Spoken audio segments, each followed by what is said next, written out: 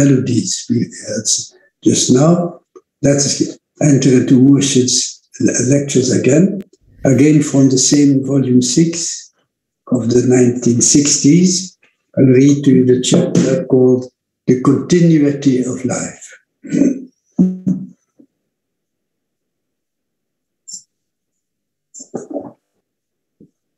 There is a question which occupies every mind. Sooner or later, a person begins to wonder whether there is such a thing as continuity of life. There are many who, in their pessimism, believe that there will be nothing afterwards. And there are others who, owing to the optimistic attitude, think that no matter whether it's true or not, it is just as well to believe that there is something. Nevertheless, it is most painful when a person thinks that there will be nothing after death. And however many reasons he may have to support of his belief, in support of his belief, that belief is worse than death itself. There are some who wish, by various phenomena, to gain proof of life in the hereafter. But they meet with 99 disappointments and perhaps just one reality. The idea of the Sufi is that life lives and that death dies. In other words, to life there is no death, and to death there is no life. But this way of attaining to the certainty that life is continuous is not only an intellectual one, for by studying all the philosophies and metaphysics all through life, a man may prove to himself by reasoning that there is continuity of life. Yet this realization, gained by effort of mind, will not give him the feeling of certainty which you would wish to have. The Sufi, therefore, practices the process by which he is able to touch that part of life in himself which is not subject to death. And by finding that part of life, he naturally begins to feel the certainty of life. It makes him more certain of life than anything else in the world, for he sees the changeability and limitation of all things. Everything that is constructed is subject to destruction. Everything that is composed is subject to decomposition. Everything born is subject to death. In finding that life which he finds in his own self, and that is the real life. In finding that life, he finds his own self. And as that is the real life, everything else that he knows about life begins to lose its importance. In what way does he discover that life in him, which was never born, that life in him, which was never born and will never die? By self-analysis. But a self-analysis according to what the mystics know of it, which means the understanding of what this vehicle, which we call our body, is to us, and in what relation we stand to it. By understanding what the mind, that which we call mind, consists of, by asking oneself, am I then this body? Am I this mind? There comes a time when man begins to see that he himself is the knower of the body and of the mind, but he only arrives at this realization when he can hold the body and the mind in his hands, like objects which he uses for his purpose in life. Once he has done this, then the body and mind become like two floats, which he puts on in order to swim in the water without danger of drowning. The same body and mind which cause man's mortality, at least in his thoughts, then become the means of his safety. They save him from drowning in the water of mortality.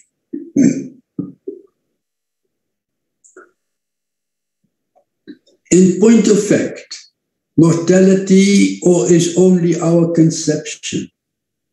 Immortality is the reality. We make a conception of mortality because we do not know the real life. By realization of the real life and the comparison between real life and mortality, one learns that mortality is non-existent.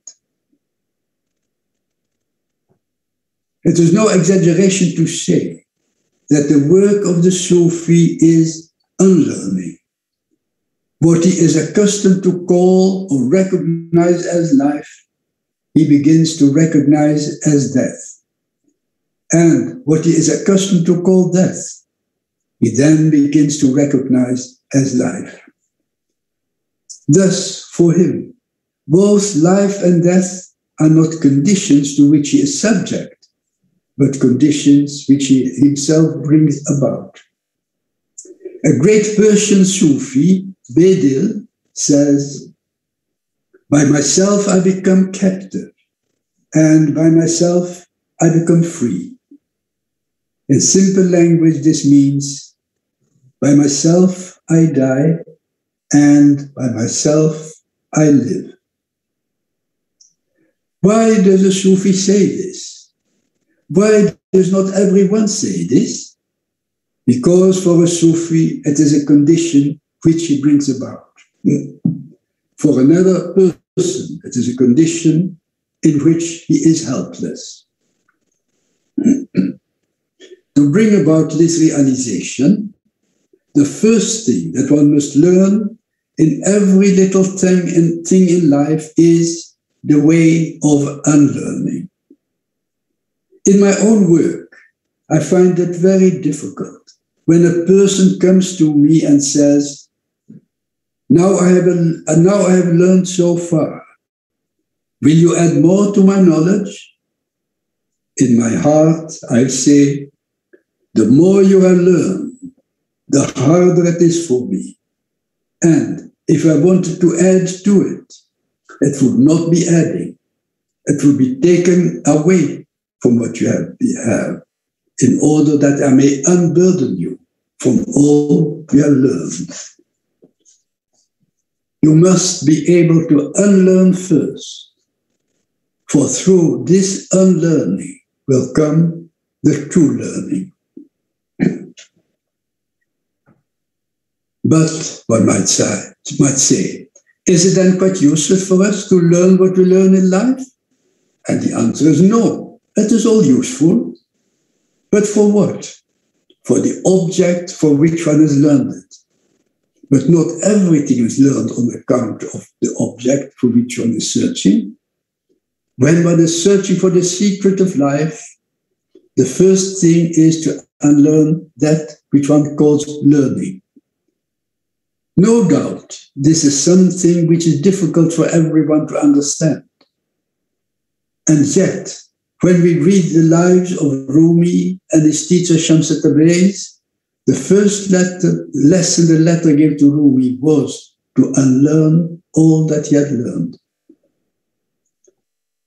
Is this unlearning forgetting all that one learns? Not at all. The unlearning means to be able to see with reason, logically, the contrary to what one has learned. When one is accustomed to say, this is wrong, that is right, this is good and that is bad, this is great and that is small, this is higher and that is lower, this is spiritual and that is material, This is up and that is down, and this is before and that is after. If one can use the opposite words for each with reason and logic, one has unlearned naturally that which one has learned.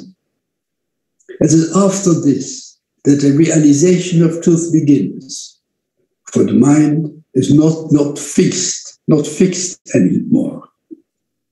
And it is then that one becomes alive, for then one's soul has been born. It is then that one will become tolerant, and it is then that one will forgive.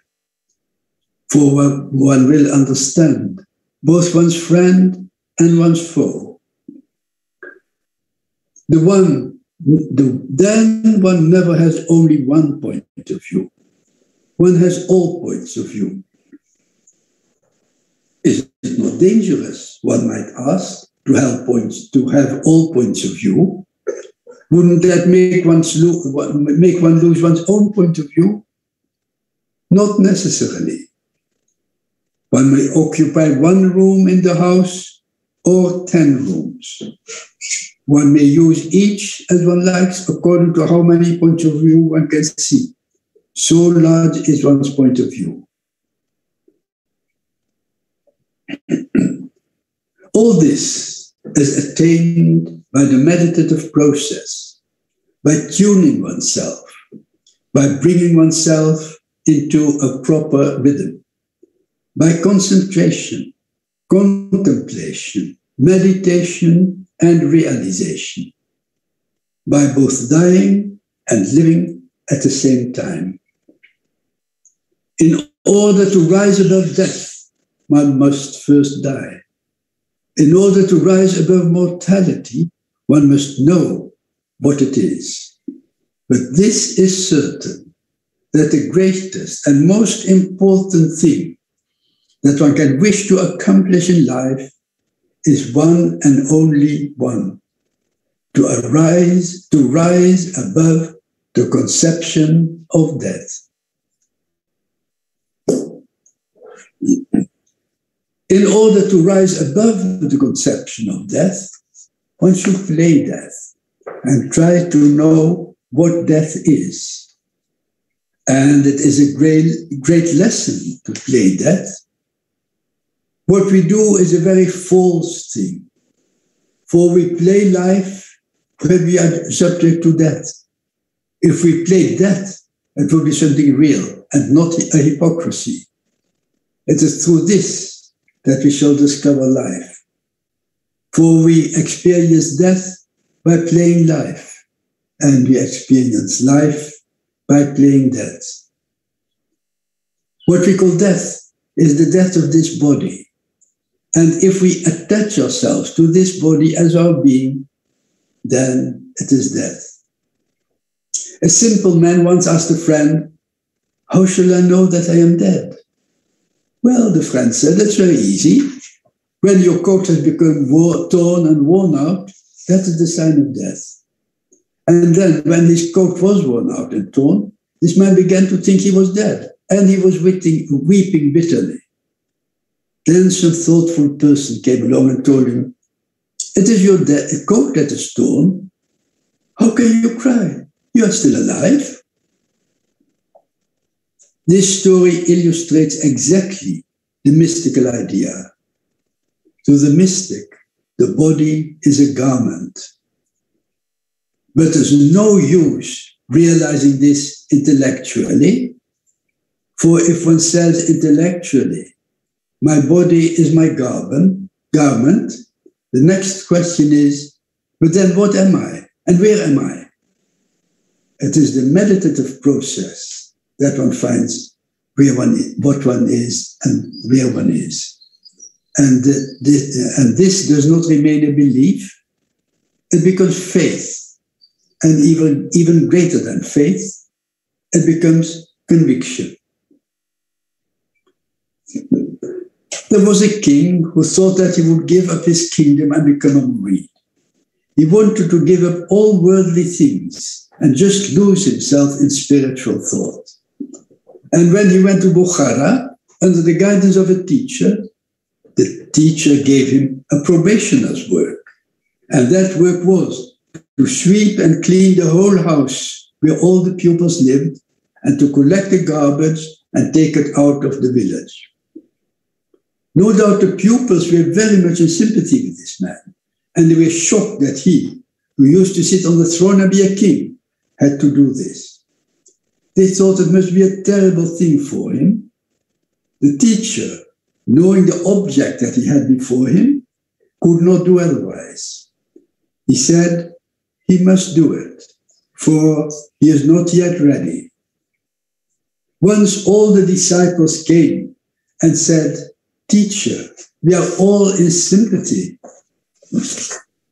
with this man, and we think he is so refined, so kind, and so cultured, and we would be so glad if you would relieve him of this duty." The teacher said, "We will have a test." One day, when he was taking his garbage pail outside the town, somebody collided with him, and all was spilled on the ground. He looked up and said, "Well, this would not have happened in the past, that I can tell you." And when the report was brought to the teacher, he said, "Did I not say that the time for him had not yet come?" After some time, a test was made again. And when the same thing happened, this man looked at the one who had pushed him and said nothing. Again, the teacher said, "Did I not say that the time has not yet arrived?" But the third time, when he was tested, he did not even look at the man who had upset his pail. He gathered up everything that had been spilled and carried it along. Then the teacher said, "Now is the time. Now we can play dead." All the teachings of Christ, such as if one should strike you on the one side of the face, turn the other side. If one should ask you to go 1 mile, go still further. If one asks you for your overcoat, give your cap also. When we think of it, what does it all mean? Is it not all teaching us how to play death? Therefore, if at any time the teachers of truth had prescribed for their pupils any process of behavior towards their fellow man, that process can be called nothing else but playing death. One might think that this is very hard, that is very cruel on the part of the teacher, but the instructor had also to go through the same cruelty at a certain period in his life. Sometimes the greatest cruelty is the greatest kindness. It is hard, but the hardest path can be conquered in this way. And how many times do we take to heart unnecessary things? How many times do we cause or take interest in disharmony which could just as well have been avoided? How often do we refrain from evil which we could just as well have refrained from? This is all playing life, and the other is playing death. When we play death, we arrive at life. When we play life, we arrive at death. Playing with death is rising above the sensible and the insensible, because what we call sensible and insensible belongs to a certain stage. One can rise above that stage, then all is sensible. Besides, one will always find that those who play death, or who have played death, are the ones who are the most open and sympathetic to the pain of others. For while they are playing death, automatically they are playing life too. That is why they are alive to everything that can help them to aid others, although they are dead to all the wrongs that come to them. What is the life of a mystic, of a man who has realized God, if it is not playing a part? That part is not one part. It is 1,000 parts. He has to play the part of a servant, of a master, of his parents' son, of a friend, of a father of his child, of a neighbor. And yet, in his mind, he realizes unity. In all capacities, he goes on playing the part, and yet keeping that feeling of oneness alive. The further one advances on the spiritual path, the more one will have to learn to play a part. The 12 apostles, who could suddenly speak many languages, and from that day they were able to play many parts and to answer the question of everyone in their own language. The inspiration that came to them enabled them to play that part. If one wants to take part in the play produced before one, it can be accomplished by effacing oneself. One has to become separate from oneself. That is the whole secret. When one is no more what one thought oneself to be. Annihilation, which is such a frightening word, is in reality nothing but acting in a play with a different name, a different form, a different appearance. The annihilation of the self comes first by adoring another form or appearance. That annihilation never kills a person. It is fanafi shaykh, and later it becomes fanafi rasul and fanafillah. These are the 3 steps on the path of annihilation. One step is annihilation in the ideal form, the next in the ideal of name, and the 3rd step is the annihilation in the nameless and formless.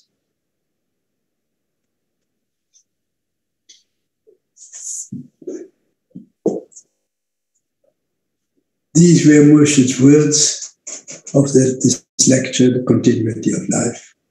Highly inspiring, highly stimulating in every direction.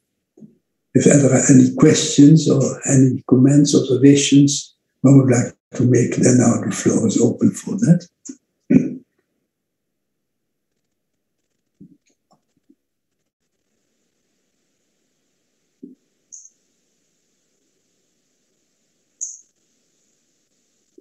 I think this is a familiar theme of Moshe's lectures on mysticism.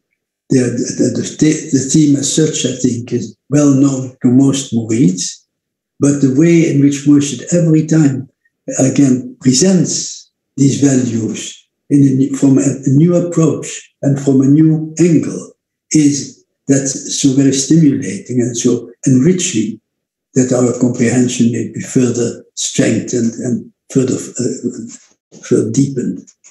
So I would not in the least be surprised if there were no questions on this very familiar theme, but only the appreciation for the wonderful way in which Moshe evokes this whole process of rising above the limited selfhood of the human being. I think Aftab has a question, isn't it?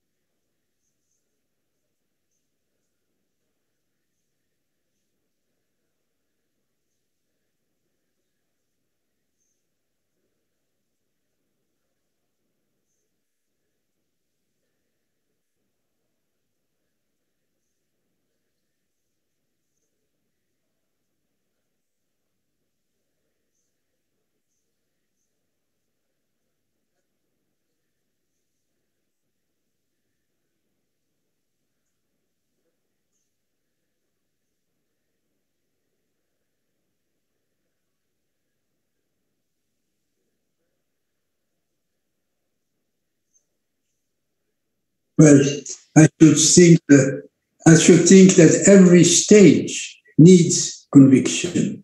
If it is without conviction, then that stage is not truly assimilated.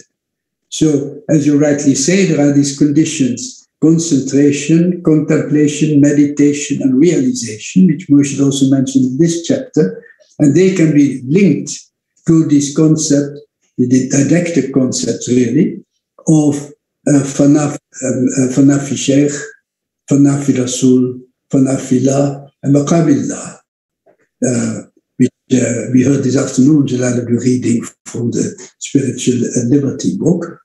So all these are stages on the way of fulfillment, but each of them, of course, presupposes a certain amount of iman, a certain amount of yaqeen, a certain amount of absolute certainty before one can proceed from one stage to the next. Well, we should not make the two categorical, because there is, of course, a kind of flow from one to the other. There is something which naturally proceeds in the development of the human being.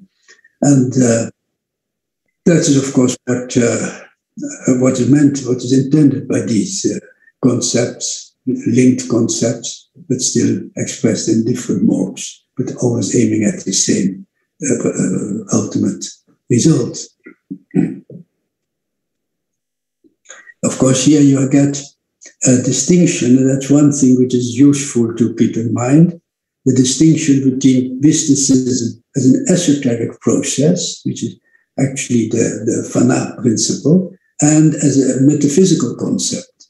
In the spiritual liberty, Sufi message, the two are pretty well mixed together. They are combined together in these different teachings and diagrams Moshe there gives. But then, of course, as his lectures expand, these two become almost distinct themes, become different ways in which Moshe approaches the one or the other, either the esoteric or the metaphysical, as we all know. So, again, there you find that enormous expansion of Moshe's conception of mystical reality, which in that way, of course, has really developed quite matchlessly in terms of our modern society today. I seem to remember that Mr. Daniels had a question yesterday or day before yesterday, and we didn't yet enter upon that. Would you like to, if Mr. Daniels is there, would you like to bring up that question again?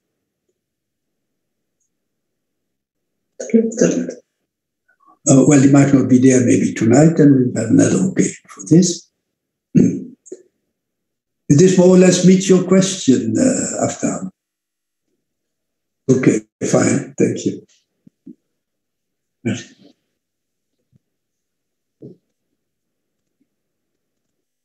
Well then, I think now is the time has come for some further songs, as they were recorded by our two professional musicians here in The Hague, as I have already introduced them in a way, but I suppose you cannot introduce them sufficiently given the wonderful work they have been doing. So now you will hear a video, some of the unpublished songs of Shaikh al Mashaik Mahmood to be played by Jean-Baptiste Milon, a French piano expert at the Conservatoire at The Hague, and the Spanish André Pérez Muñoz, who is also working at The Hague and shortly will be joining the opera in Antwerp. So two excellent musicians whose music I've often heard with great appreciation, and so their recording will now be presented.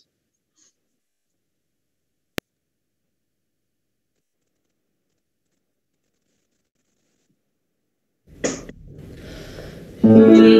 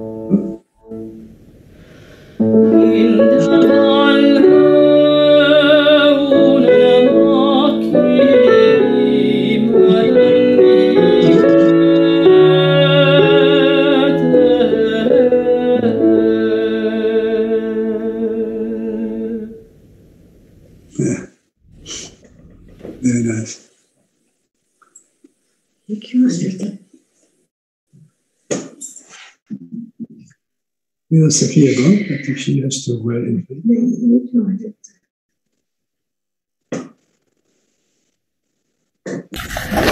Okay, it's well, I will introduce some English songs to you. As you know, my Shaikh al Mashaik told it already to you that during wartime, Shaikh al Mashaik Mahmood had a lot of time to compose songs because Sufi work was suspended in that time. So he returned to composition, and that resulted in many new songs on Murshid's text, as well as numerous Indian songs. And well, I would like to introduce to you the 4 English songs, the following. I will read the text also for you, but I will call them first. When We Are Face to Face, you can find this in the Gayan. And this song is based on a song of Tyagaraja. Tyagaraja is a great South Indian composer. After that, we will hear The Pearl of My Heart. And that one, you can find it in the Gayan too. And then The Lover's Heart in the Nirtan. And in the end, What Didst Thou Not Teach Me? You can find it again in the Gayan. So I will read for you first the text, When We Are Face to Face.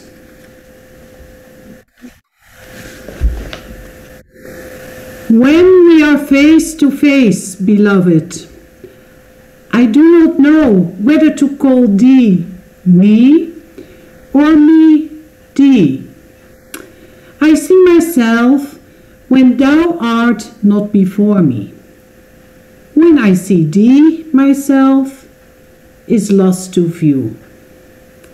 I consider it good fortune when thou art alone with me, but when I am not there at all, I think it the greatest blessing.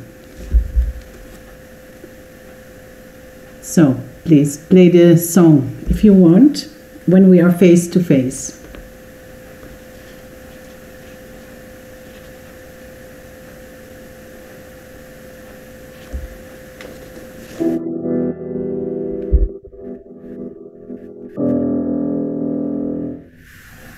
When we are face to face, beloved, I do not know whether to call thee me or me thee. When we are face to face, beloved, when we are face to face, beloved, when we are face to face, beloved, when we are face to face, when we are face to face, beloved, I see myself when thou art not before me. I see myself when thou art not before me. When I see thee, myself is lost to view. I consider it good fortune when thou art alone with me.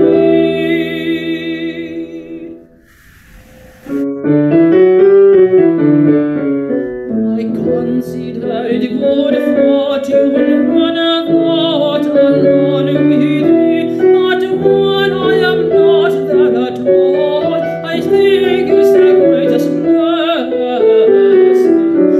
When we are face to face, beloved.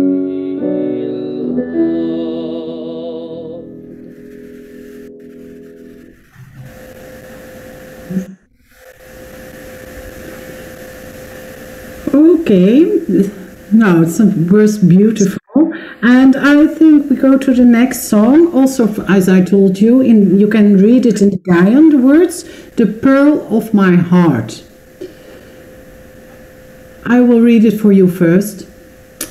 I searched, but I could not find thee. I called thee loud, standing on the minaret. I rang the temple bell with the rising and setting of the sun. I bathed in the Ganges in vain. I came back from Kaaba disappointed. I looked for thee on the earth. I searched for thee in the heaven. My beloved, but at least I have found thee hidden as a pearl in the shell of my heart.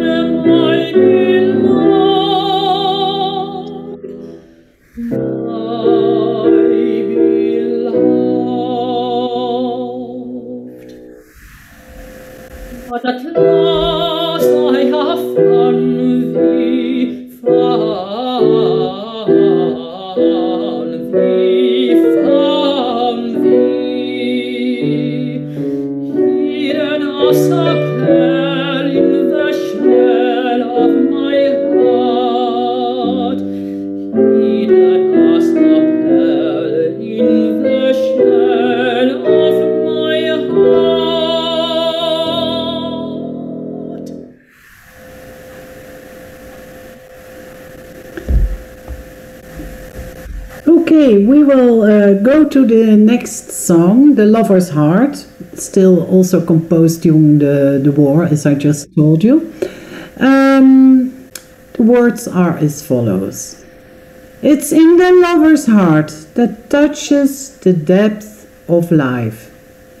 It's in godly soul that soars to the highest heavens. It's the seer's eye that penetrates through the wall of matter. And it is the knower spirit that assimilates all the knowledge.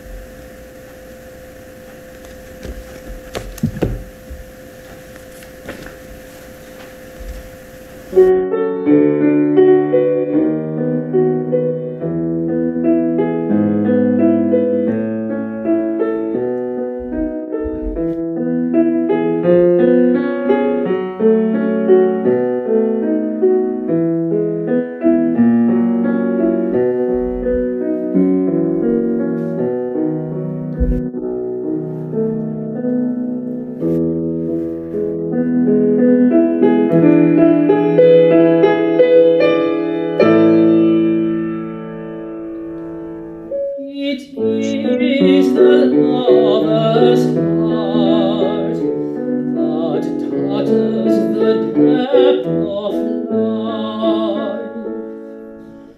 Is there God we serve, that soars to the highest heavens? It is the seer's eyes that penetrates through the wall of matter, and it is the lower spirit that assimilates all the knowledge.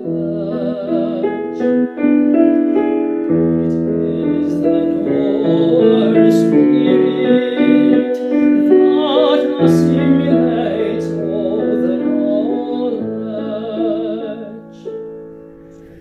It is the lover's heart that touches the depth of life.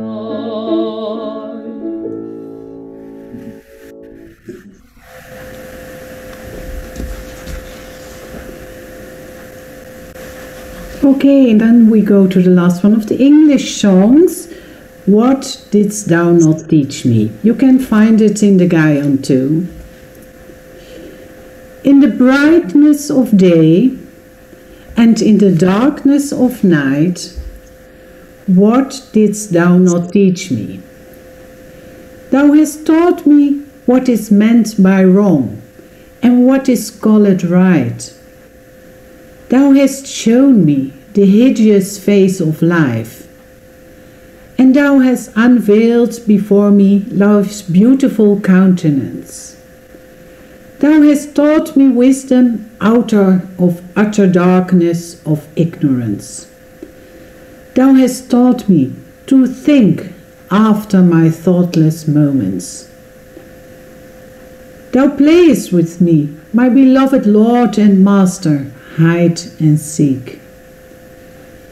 Thou closed mine eyes, and thou dost open them. That's a marvelous poem.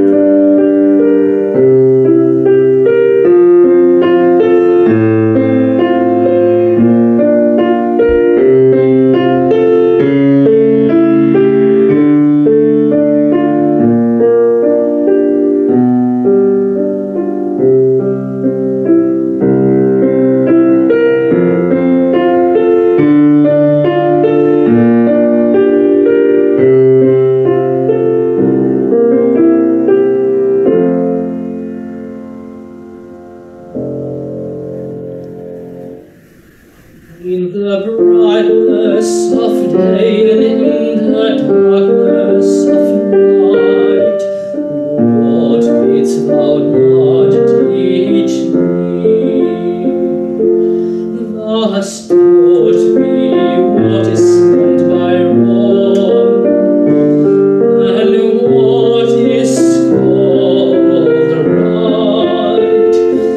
Thou hast shown me the hideous face of life, and thou hast unveiled before me. Thou hast unveiled before me life's beautiful countenance. Thou hast taught me wisdom out of the darkness of ignorance. Thou hast taught me to think after my thoughtless moments. To think after my thoughtless moments. Thou playest with me, my beloved Lord and Master,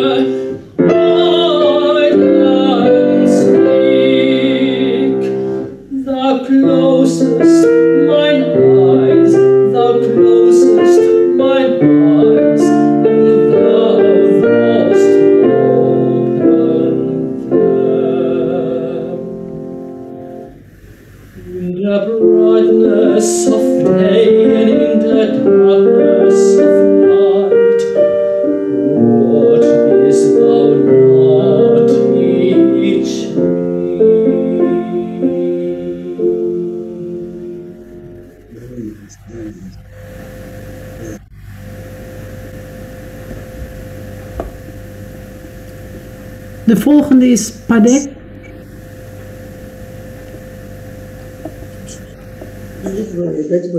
Yes. Pade is nu. Pade. Ja. Dat zelf wordt het.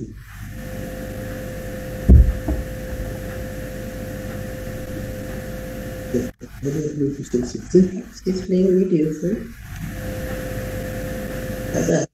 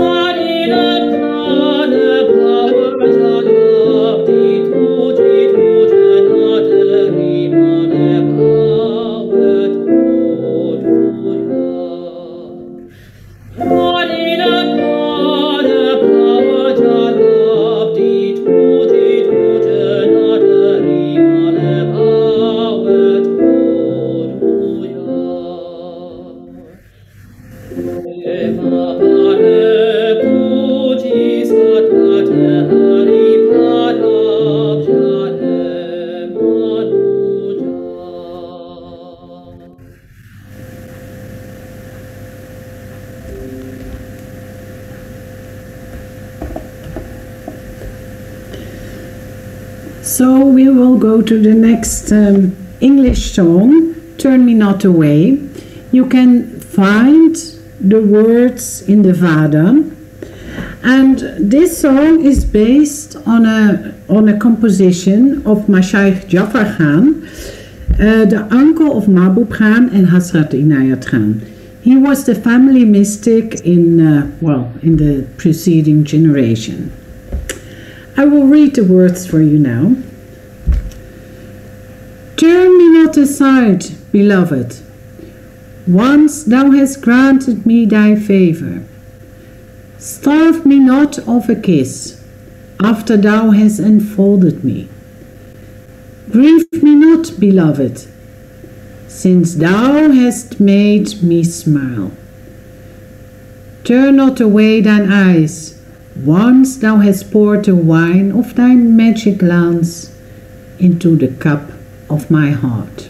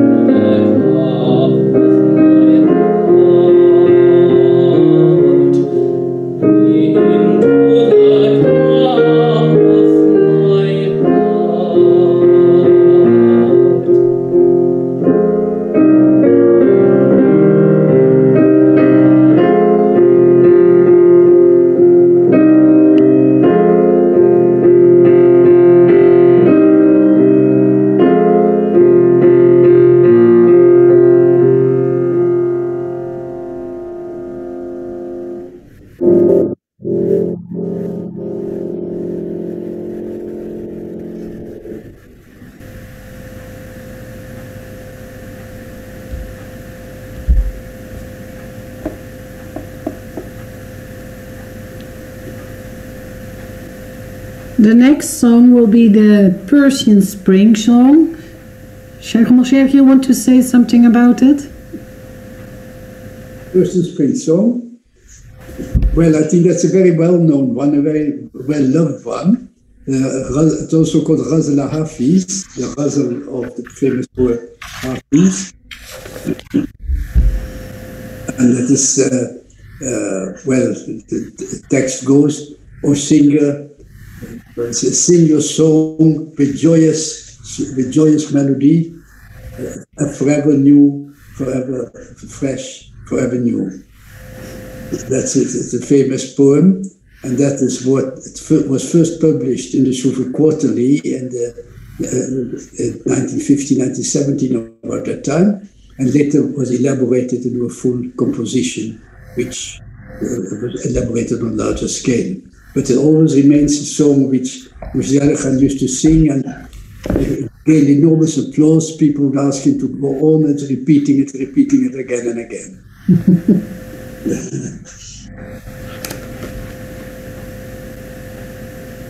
Het zijn het is een ziemlich kind of song again, huh?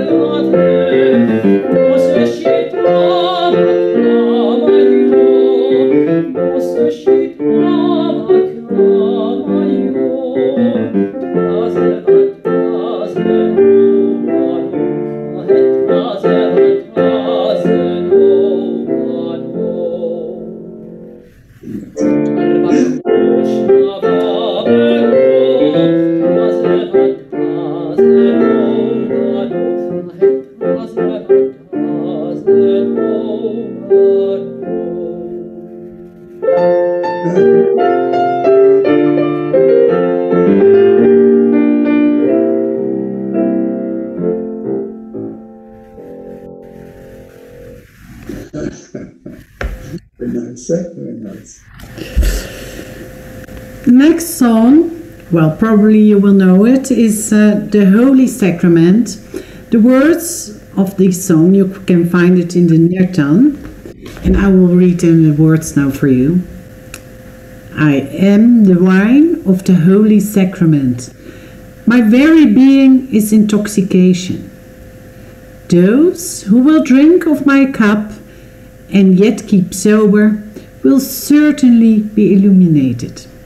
But those who will not assimilate it will be beside themselves and be exposed to the ridicule of the world. Well, I think there's nothing to say. This song speaks for itself, so please, if you want to play it.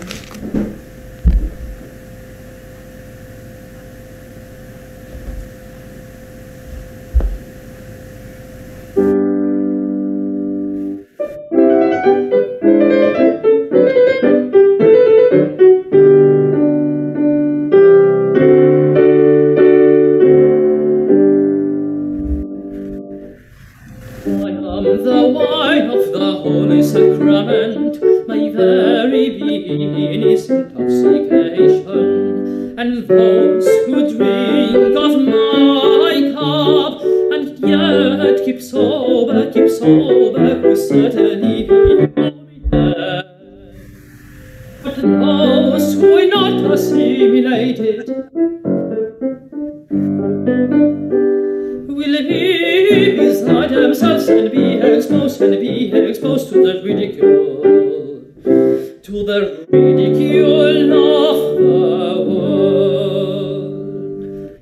I am the wine of the Holy Sacrament, my very being is intoxication, and those who drink of my cup and yet keep sober, will certainly be illuminated.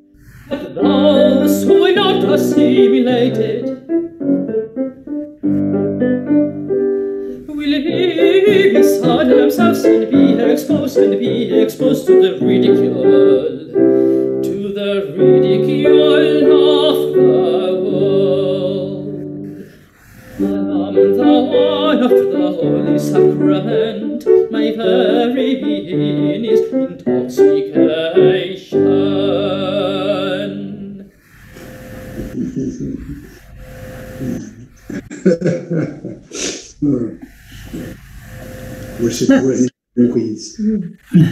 The next song will be Non-Safe D, and I think Shaikh al Mashaik will tell something about this song.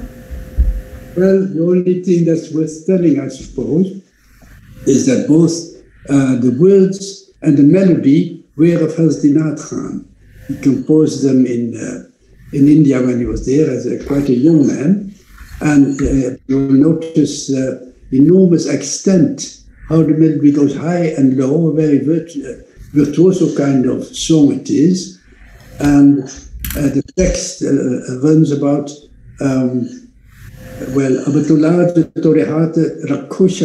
now my honor is in thy hand, my Lord. Keep my honor intact.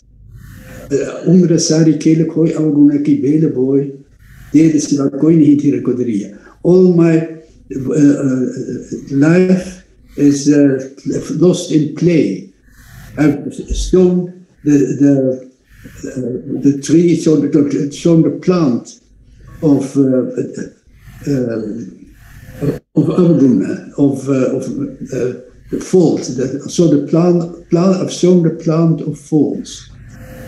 But for thee, there is none to grant us the patience. So that about his Murshid's sung prayer, but a very beautiful song, I think, and one which is really worth for Sufi to, fill our hearts with.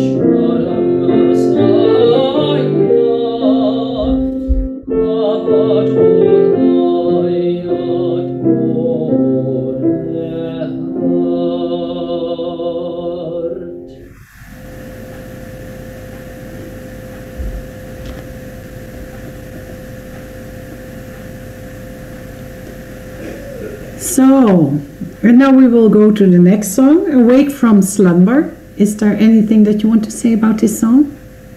Well, no, this again is a song which Muhyiddin Khan wrote as a very young man in Baroda.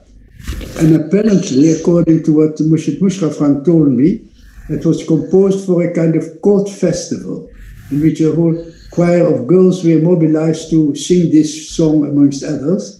And so it has a very happy, very jolly spirit, but all the same it is a religious song. It's worth remembering that in India, also religious songs are not necessarily very solemn, they can be very joyous as well.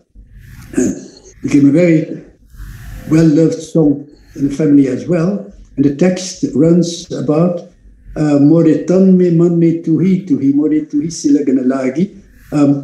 Mind, in my body and mind are filled with thee, and I'm constantly being attracted to thee. Darshan se tori madana mohana sarya vidya bhagi. By the darshan, by the contemplation of thy, the beauty of thy face, all my ignorance vanishes. Well, we could almost render this as that by concentration, by contemplation, by meditation on thee, Raghurai. Raghurai being a Hindu deity. God is here invoked in one of the Hindu God's names. Gaya Ianyat Toria Stuti Nindia Soma Manzagi. As Inayat sings thy praise, he awakes from slumber.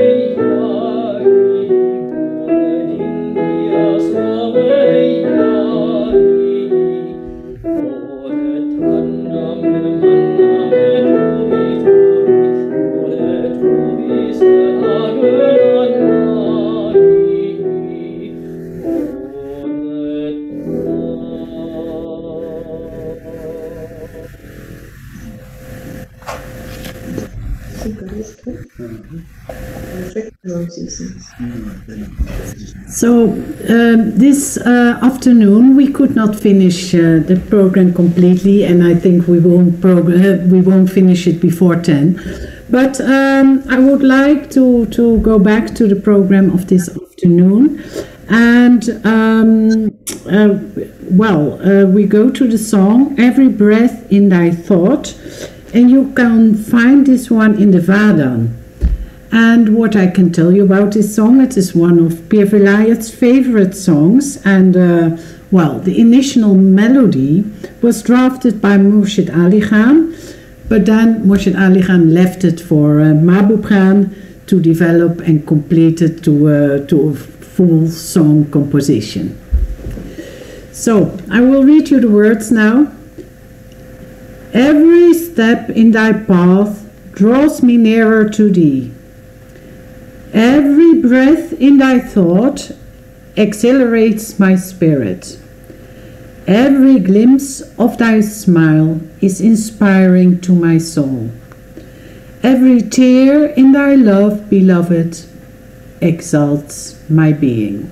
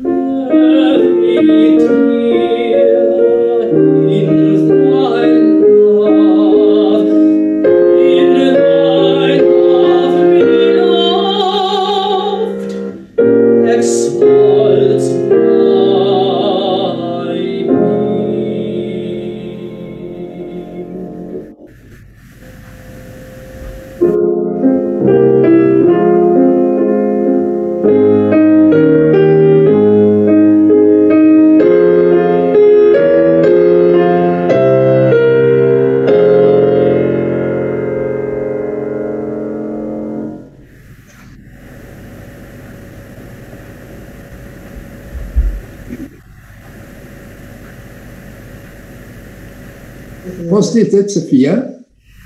Well, it is 9:55, 85 already. So, well, we have still some more songs left, but maybe there is some time left in the next couple of days, and then we can play them.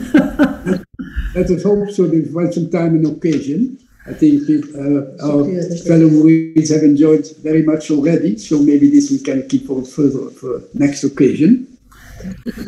There is Murshid Ali Khan's birthday coming up, and of course Hazrat Khan's own, so let's see when there's more opportunity. But let me in the very first place express my very great thanks and my admiration for our friends Jean-Baptiste Milon and André Perez Muino, who gave this wonderful rendering of these songs, suddenly calling them to life after so many years. We certainly hear these songs in their three-dimensional reality again. So thank you, both of you, so very much for this wonderful wonderful presentation of Shaikh al Mashaik Mahmood Khan's songs, which you gave us today. And wish you every success and satisfaction in the future of your musical life, inshallah. My entire pleasure. Hey, Jean-Baptiste, are you there? Yes, I am. Okay, maybe we can see you. Hold on. Camera, here you go.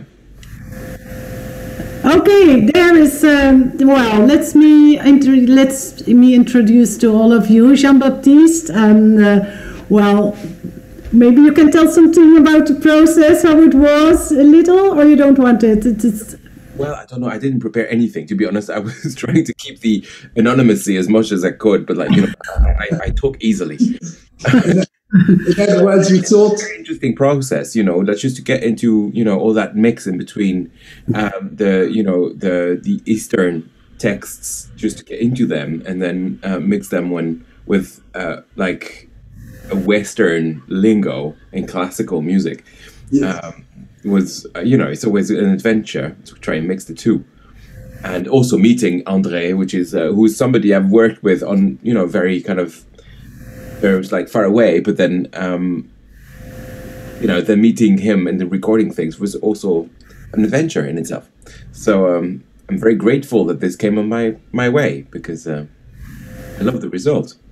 Yes, and it was also for me it was big fun because then we had the meetings on Zoom, and then my father said something, and then you said, "Oh, you mean this?" and then you start singing, and then Shaikh al Mashaik starts singing, and it was really big fun to see that and how it works, and in the end the result was so good. So I think we are very grateful that you did this and you spent your time on this, and we'll continue with.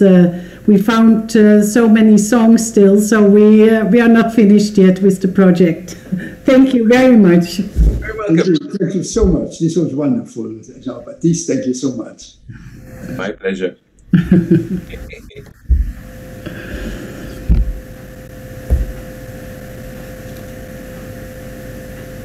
Well, thank you.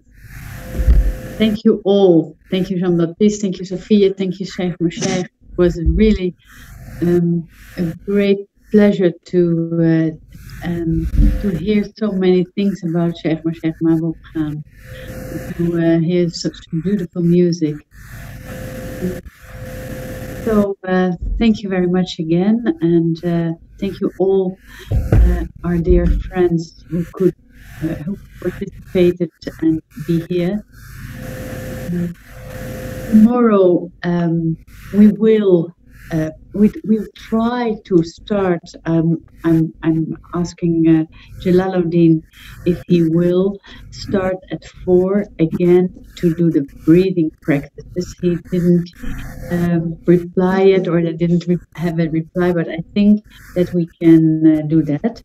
And if not, then you'll have another hour. But if we can, then please be here at 4, so that we can enjoy the Jalaluddin breathing. Olia? Yeah. So tomorrow at 4 o'clock. Tomorrow at 4 o'clock. Thank you so much. Thank you.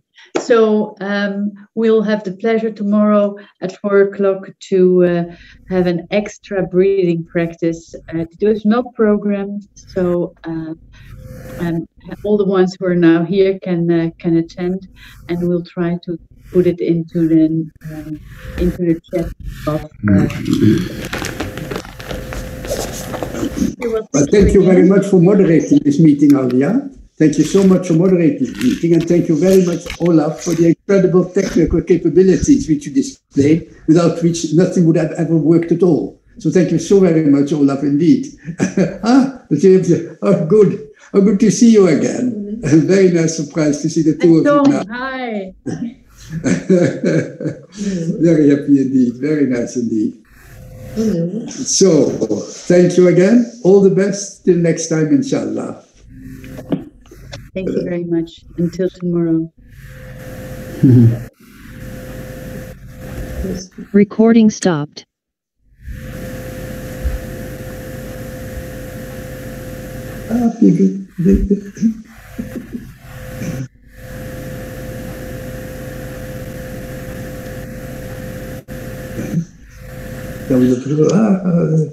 Also there. That's a few people, huh? Yeah, you cover there. Gülsüm. Yeah, Gülsüm.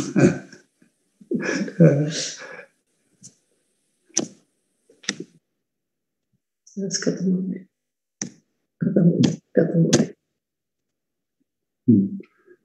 Very nice. So,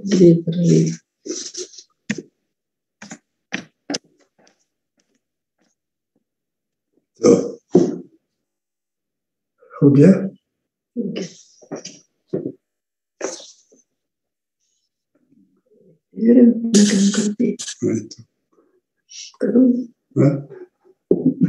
Dat is bedankt. Sophia, bedankt hè. Bedankt voor deze prestatie. Goed zo. Laten we hopen dat er nog een volg komt.